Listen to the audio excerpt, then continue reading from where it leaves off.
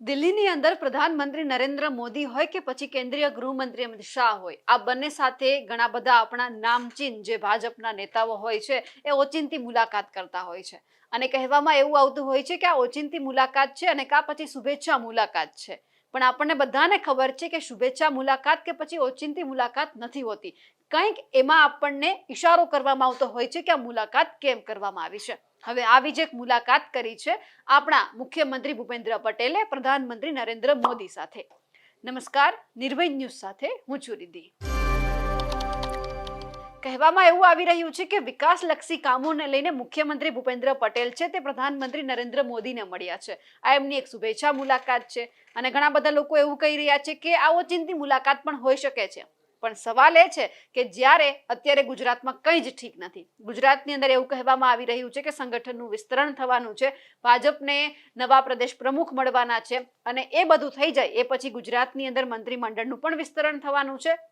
એટલા બધી જે ચર્ચા ચાલી રહી છે એમાંથી એક પછી ઘણા બધા ઓચિંતા જે આપણને નામચીન વ્યક્તિઓ હોય છે એ અમિત શાહ અને પ્રધાનમંત્રીને મળતા હોય છે. પણ અહીંયા સૂચક એ હોય છે કે કોઈ જે નેતા છે અમથા અમિત શાહ કે પછી પ્રધાનમંત્રીને નથી મળતા. અહીંયા કંઈક તો એવું રંધાઈ રહ્યું હોય છે કે જે આપણને સર્વેને એક એવો ઈશારો કરે છે કે હવે ગુજરાતમાં કંઈક નવા જૂની થવાની છે, કંઈક મોટું થવાનું છે. આજ સમય દરમિયાન હવે જ્યારે ભૂપેન્દ્ર પટેલ છે પ્રધાનમંત્રી નરેન્દ્ર મોદીને મળ્યા છે, એમની હું તમને 2 થી 3 તસવીર બતાવવા માંગીશ કે આ દિલ્હીની અંદર મુલાકાત છે.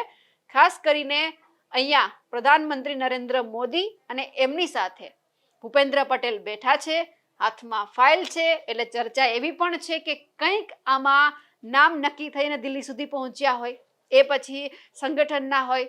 માન્યું કે સંગઠન બીજા લોકો નક્કી કરશે તો કદાચ આમાં મંત્રીમંડળના નામો પણ હોઈ શકે છે કે આટલા નામ છે જે નક્કી કરવામાં આવ્યા છે. હવે તમે જે એવું નક્કી કરીને કહી દો કે મંત્રીમંડળનું જો વિસ્તરણ થશે તો કોનું આમાં નામ સામે આવશે. એટલે એક અહીંયા હાથમાં જે ફાઇલ દેખાઈ રહી છે એવું સૂત્રો કહી રહ્યા છે કે અત્યારે ક્યાંક ને ક્યાંક જે આ બધી વસ્તુ વાતો વહેતી થઈ છે કે હવે સંગઠનમાં ફેરફાર આવશે કે પછી મંત્રીમંડળમાં આવશે, એમના નામ પણ કદાચ હોઈ શકે છે. પણ એ મને કે તમને કોઈને ખબર નથી કે ફાઇલમાં શું છે. કહેવામાં આવી રહ્યું છે કે વિકાસના કામલક્ષી તેઓ ગયા હતા અને ગુજરાતમાં કઈ રીતે વિકાસ આગળ વધી શકે તે બધાની ફાઇલ છે.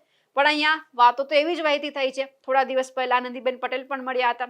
ખેર, એ તો રાજ્યપાલ છે એટલે એમનું નામ ના લઈ શકાય કારણ કે એમણે પોતાનો કાર્યકાળ પૂરો કરી નાખ્યો છે. પરંતુ આમની પહેલા પણ આપણે જોયું હતું કે ઘણા બધા એવા નેતાઓ છે જે ઓચિંતી મુલાકાત કરતા હોય છે. કહી દેવામાં આવે છે કે આ ઓચિંતી મુલાકાત છે, શુભેચ્છા મુલાકાત છે. પણ હવે આ સૂચક કંઈક એવું કરે છે કારણ કે એવું કહી રહ્યા છે આ અઠવાડિયાની અંદર જ ભાજપને નવા પ્રદેશ પ્રમુખ મળવાના છે અને એ પછી સીધું જ કદાચ મંત્રીમંડળનું વિસ્તરણ પણ થવાનું છે.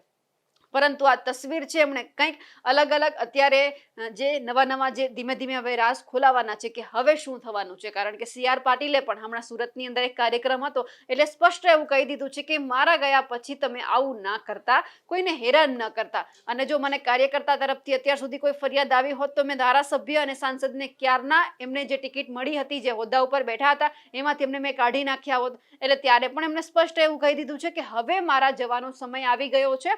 એટલે મારા પછી જે પણ વ્યક્તિ આવે એને મારી રીતે જ તમે સાચવજો, એમનું સાંભળજો. કારણ કે અહીંયા સવાલ ગુજરાતનો છે અને ખાસ કરીને એવું પણ કહી દીધું છે કે કાર્યકર્તાઓને સાચવવાના છે. કાર્યકર્તાઓને સાચવશો તો જ આપણું જે ભાજપ છે, જે શિસ્તની પાર્ટી કહેવાય છે, એ અડગ રહેશે અને આપણે આગળ જે વિકાસના કામ કરતા રહીશું.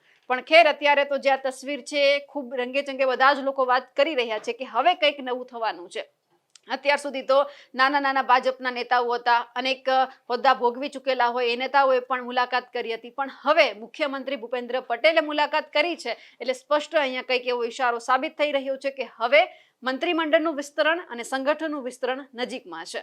અમારા અહેવાલને લઈને આપનું શું કહેવું છે કમેન્ટ કરીને ચોક્કસથી જણાવજો. સાથે જ અમારી નિર્ભય ન્યૂઝ ચેનલને લાઇક, શેર અને સબસ્ક્રાઇબ કરવાનું ભૂલશો નહીં. નમસ્કાર.